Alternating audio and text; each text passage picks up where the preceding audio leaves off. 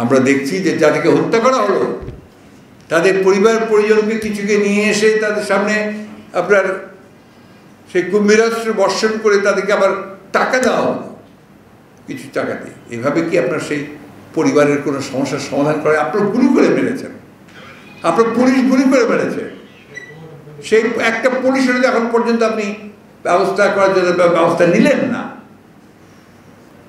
আপনার সাইদ রংপুর উল্টো আপনার তথ্যমন্ত্রী তার সম্পর্কে ইন্টারভিউ দিতে গিয়ে অত্যন্ত অশালীন অশ্রাব্য কথাবার্তা বলেছে, যা কোনো মতেই মানে নেওয়া যায় না। তাকে এই কথা বলার চেষ্টা করা হয়েছে he was drug addict or something like that, আপনার একটা ইনটক্সিকেটেড ছিল। এটা একটা চরম একটা মস্করানো একটা শরীরের সঙ্গে এর চেয়ে বড় মস্করা তামাশা এবং একটা আর হতে পারে না। আমার ভাষা নেই এটা সম্পর্কে বর্ণনা করার জন্য। It's an insult. এরা শহীদ, এরা আমাদের ছেলে, এরা আমাদের সন্তান। প্রিয় সাংবাদিক বন্ধুগণ, আমি সবসময় বলি যে আমি একটু আবেগপ্রবণ।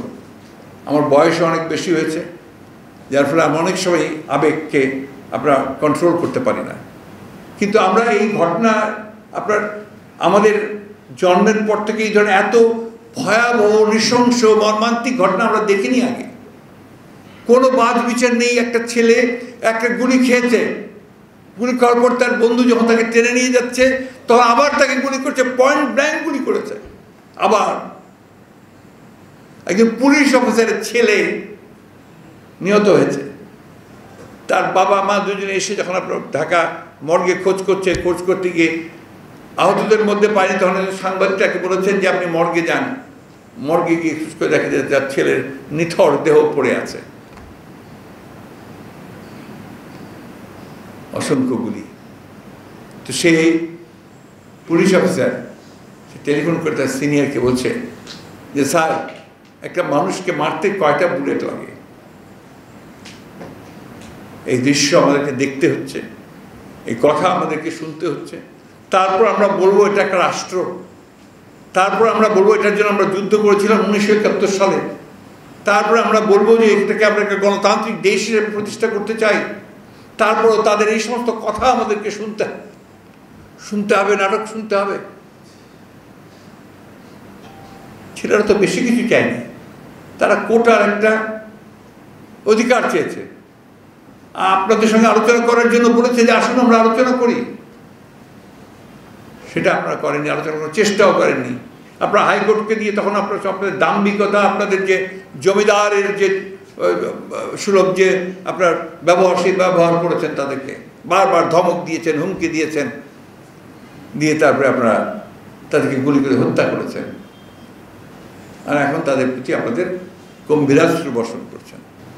আমি যে কথাটা বলছিলাম যে তরুণ প্রজন্ম তারা আজকে জেগে উঠেছে, আমি তাদেরকে ধন্যবাদ জানাতে চাই যে তারা তাদের অধিকার আদায়ের জন্য তারা যেভাবে আন্দোলনটা করেছে সে আন্দোলনের নজিরবিহীন। তাদের এই আন্দোলন কখনো বৃথা যাবে না, ব্যর্থ হতে পারে না, নিঃসন্দেহে তারা সফল হবে। গত কয়েকদিনের ঘটনায় আমাদের যে সমস্ত ছাত্র ভাইরা শহীদ হয়েছেন, তাদের বাড়িতে তাদের কোনো আত্মীয় স্বজন এখন কেউ খেতে পারছে না, কারণ তাদের সামনে, চোখের সামনে তাদের ছেলে চলে গেছে, তাদের ভবিষ্যৎ চলে গেছে, তার চেয়ে সবচেয়ে প্রিয় যে জিনিসটি সেটা চলে গেছে। আপনি বলেন তো, 4 বছরের বাচ্চাটা, 6 বছরের বাচ্চাটা কি, হোয়াট ইজ দ্য অ্যান্সার? রাষ্ট্রের কি উত্তর? রাষ্ট্রের জবাবটা কি? কেন তার প্রাণ গেল? কি অ্যান্সার দেবে সে?